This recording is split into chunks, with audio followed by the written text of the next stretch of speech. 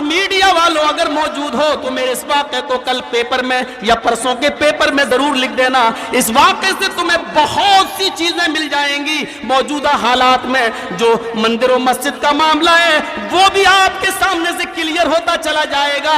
حضرت عمر فاروق جب بیت المقدس کی طرف جا رہے ہیں اور عیسائیوں کی بستی سے گزر رہے ہیں, ابھی بیت المقدس کافی دور ہے, عیسائیوں نے آپ کا سواگت کیا, موسٹ ویلکم کیا, آپ کو کھجور کھلائے, پانی پلایا.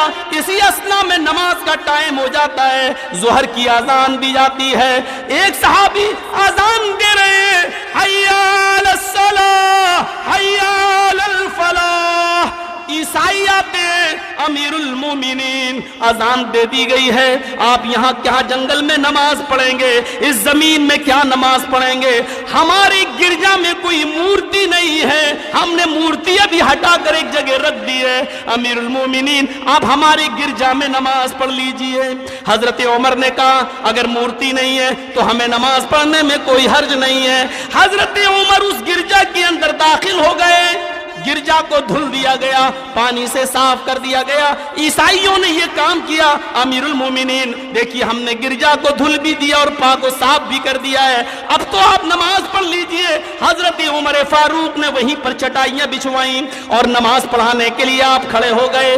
گرجا کے اندر حضرت عمر فاروق کھڑے ہو گئے, نماز پڑھانے کے لیے مصلی امامت پہ چلے گئے, آپ کے ساتھی آپ کے پیچھے کھڑے ہو گئے.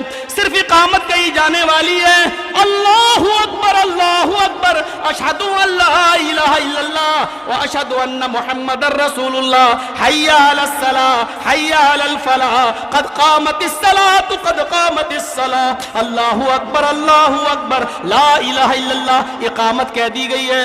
حضرت عمر فاروق نے یہ بھی کہہ دیا صفیں درست کر لو.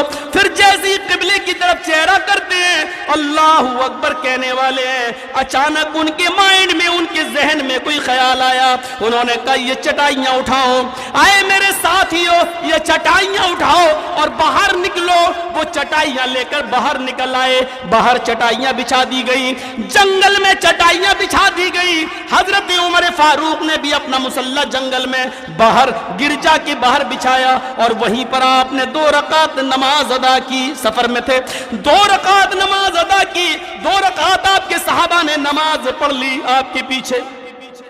عیسائی رونے لگے اور جو عیسائیوں میں مین آدمی تھا وہ آیا, کہنے لگا امیر المومنین کیا ہمارا گرجا ناپاک تھا؟ نعوذ باللہ, کیا ہمارے گرجے سے آپ کو نفرت تھی یا کیا وجہ تھی؟ ہم نے تو مورتی بھی ہٹا رکھی تھی, عیسیٰ مسیح کا ہم نے اس میں اسٹیچیو بھی نہیں رکھا تھا, آپ کے لیے ہم نے دھل بھی دیا تھا, پھر آپ نے ہمارے گرجا میں نماز کیوں نہیں پڑھی؟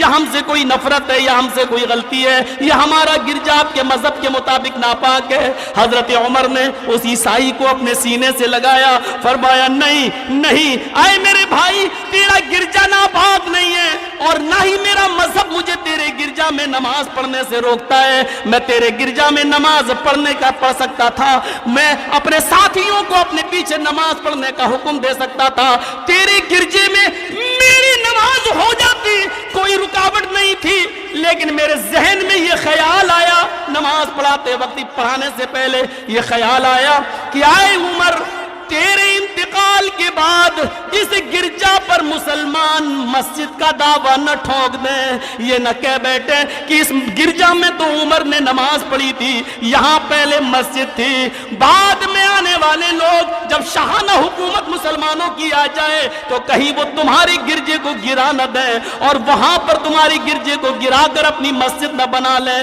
حضرت عمر کو ڈر لگا ایک وقت کی نماز پڑھنے کے بعد کہیں مسلمان تیرے گرجا پر مسجد ہونے کا دعویٰ نہ ٹھوک دیں, اس ڈر سے میں نے تیرے گرجا میں نماز نہیں پڑھی. میڈیا والوں, کعبے کے رب کی قسم کھا کے کہتا ہوں, جس مسجد کو اگر مندر توڑ کے بنایا جائے, کعبے کے رب کی قسم اس مسجد میں 1 نہیں 1 لاکھ رکعتیں پڑھ ڈالو, سب تمہارے منہ پہ مار دی جائیں گی.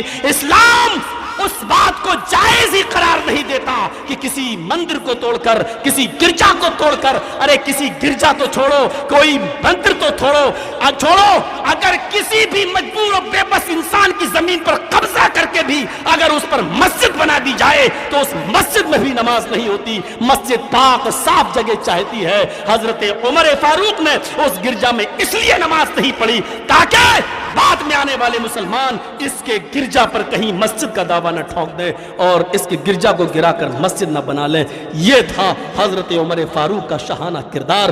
میرے بھائیوں، پہلے اس طرف بھی پڑھنا چاہیے تھا۔ اسٹڈی کرو، مطالعہ کرو، اس کے بعد کوئی قدم آگے بڑھاؤ۔